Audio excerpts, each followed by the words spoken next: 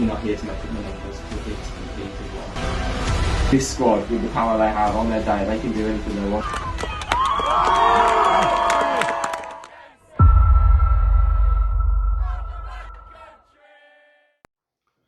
Hello and welcome to part 2 of this conversation with Andy Pountney, the chairman of Stourbridge Football Club. Thank you for joining us. If you want to see part 1, go to the official YouTube account, Stourbridge official account, and you can watch good 20 minutes of Andy talking about the club as a whole. But this short video will be about our women's section.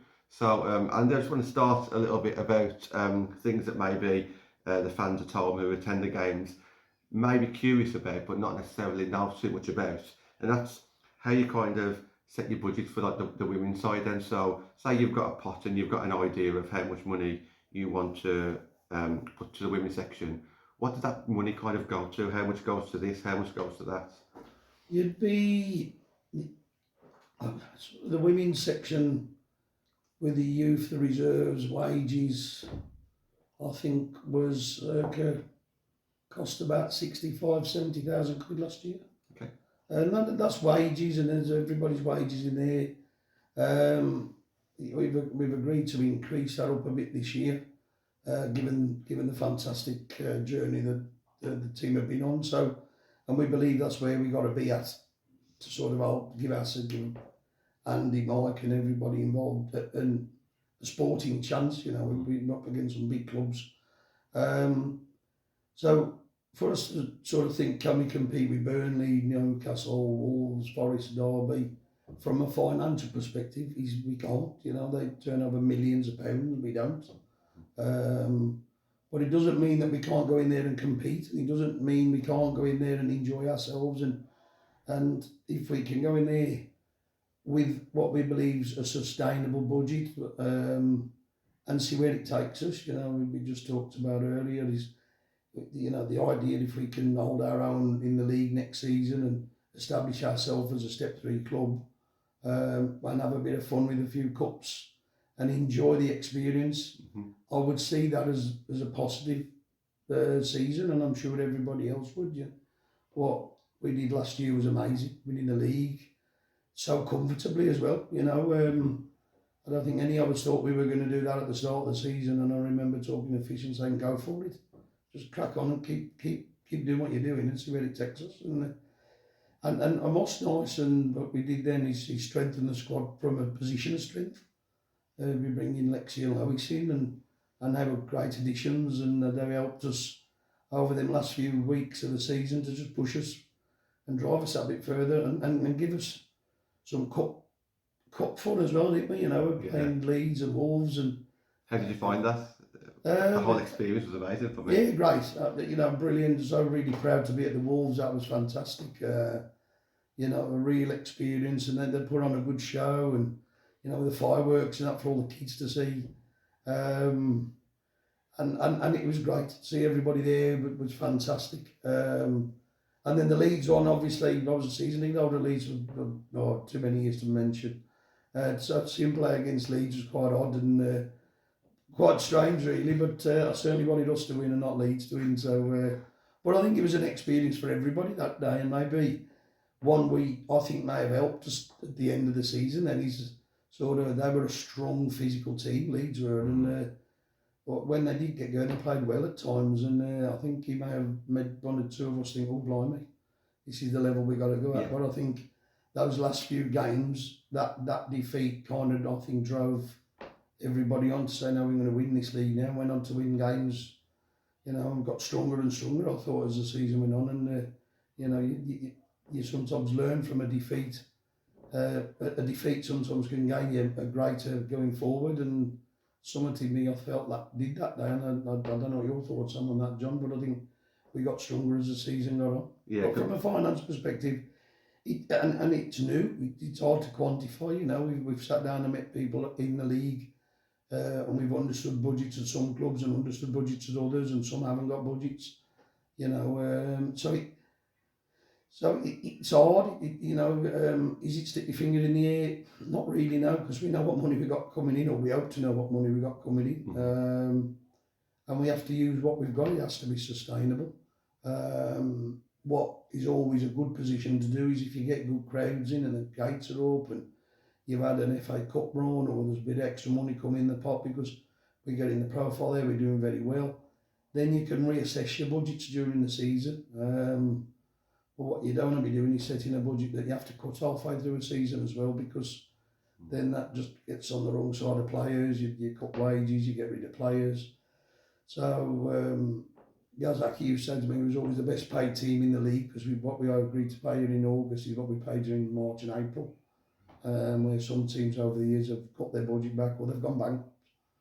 And that's what we don't want to be doing, you know. So it's a tough decision on how you do it.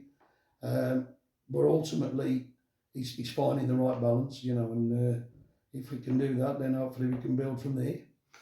You mentioned at the start there about being competitive in this league. Have you had a conversation with Andy at all about your expectations of him and the team this season?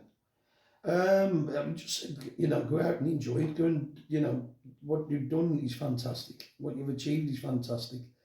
This is a real opportunity to do something you could dream about. You know, if you said 3-4 years ago we were going to be playing Newcastle and Burnley, we'd have all looked at one another and gone, have you been drinking too much falling down water?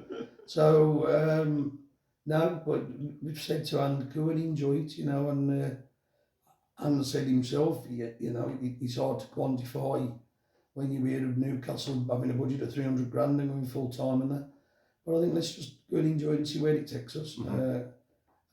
But my thought process is let's try and establish ourselves as a step 3 club in the women's tier of football, and that will be a phenomenal achievement. And you know, if we made, if you're competing against Wolves and the Albion, Stoke City, Derby County clubs, local clubs, you know, that's a fantastic achievement. And I think sure we want another pat on the back for what we have done and what everybody has done and what everybody's achieved. And but let's enjoy next season. Let's not put ourselves under too much pressure.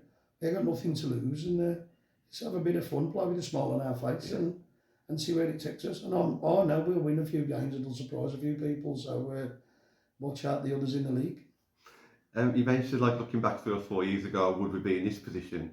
Can you see how quickly with the women's team changing and the money that's gradually coming into it now, maybe 3 or 4 years time, that tier 2 and tier 3 will be fully professional, or is that still maybe one step too soon? I think from the conversations we've had with the FA, I genuinely think there'll be a possible restructure of how it's run,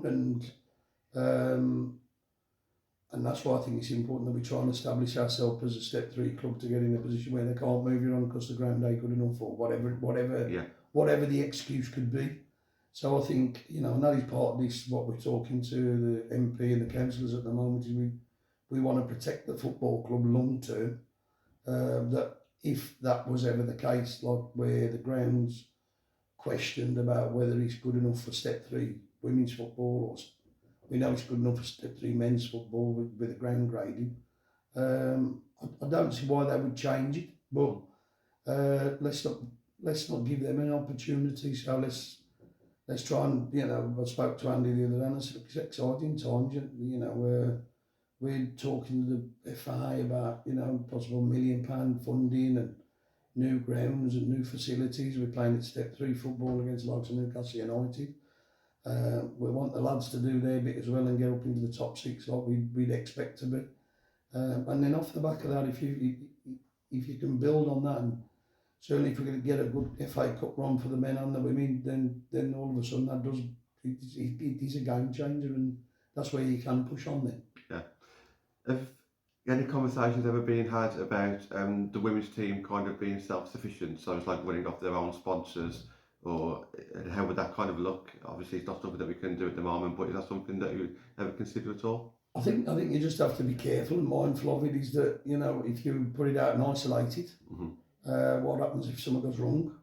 Yeah. You know, so you leaving it on its own would be, for me, it's a dodgy move. You know, initially, and the funding of the women's section has been funded predominantly by the limited business. Fortunately, the lads have won a few quid over the years that we've been a bit, you know, careful in how we've spent it. And the last few years, that money we've put into the women's and the men's, but, you know, the return is we've developed the ground, we've developed the club. The club is a different run business now, you know, and that's happened over the last 3 or 4 years since COVID. That the club opens every day of the week where it never used to. And we've spent several £1,000s in the club, and this is all part of the infrastructure of what we're doing. Is the club is a cash cow, you know, so for every pound spent, 20p, 25p comes back in the club. So if we don't get that right, then that doesn't come back into the club. So there's a balance. Should it stand on its own 2 feet and fund itself? I don't see why it should. I don't think it needs to. As long as there's clarity, and you know, and this is the whole idea about going back down the membership route, is you can see the account, you can see where the money goes. It ain't like it ain't being thrown down an hole and wasted. But I think what you have to try and do is balance the books up, and then, you know, so if we flip the budgets around and give it the women and not give it the men is the main, at the moment, that brings the most money. So that does support it, you know. But if they don't perform well, then that has an impact on everything. So that, you know, it is a collective, it's a team.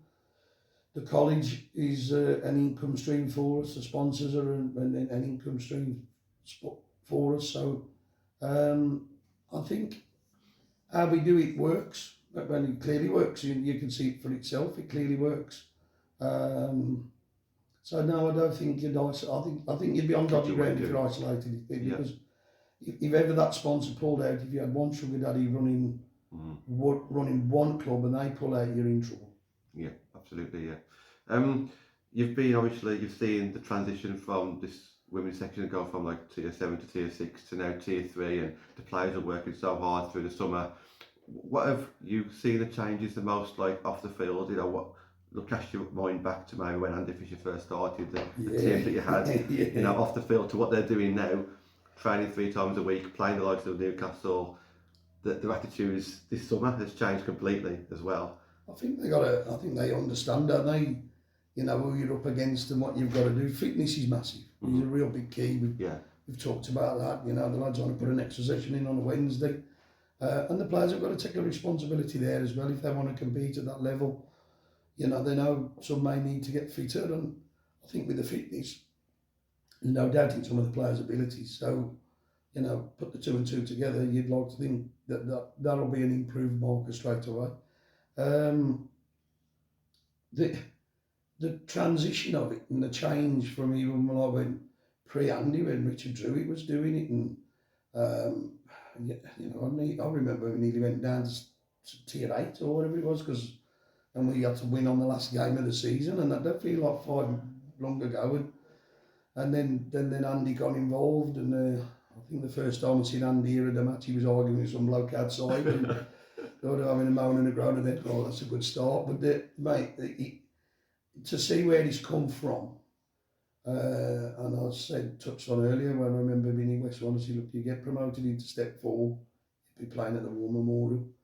And to see us go through step 4 the way we did last season, he's a credit to all the hard work Andy and Mike put in. I mean, they really do a special job, and you know, fair play to them, advocates of women's football, and their energy and their enthusiasm is great to see. Yeah. Have you found that the women's team's success has opened up more doors for either yourself or the club as a whole, as it kind of puts Stourbridge out there in a way that maybe the men's successes haven't been able to do at all? What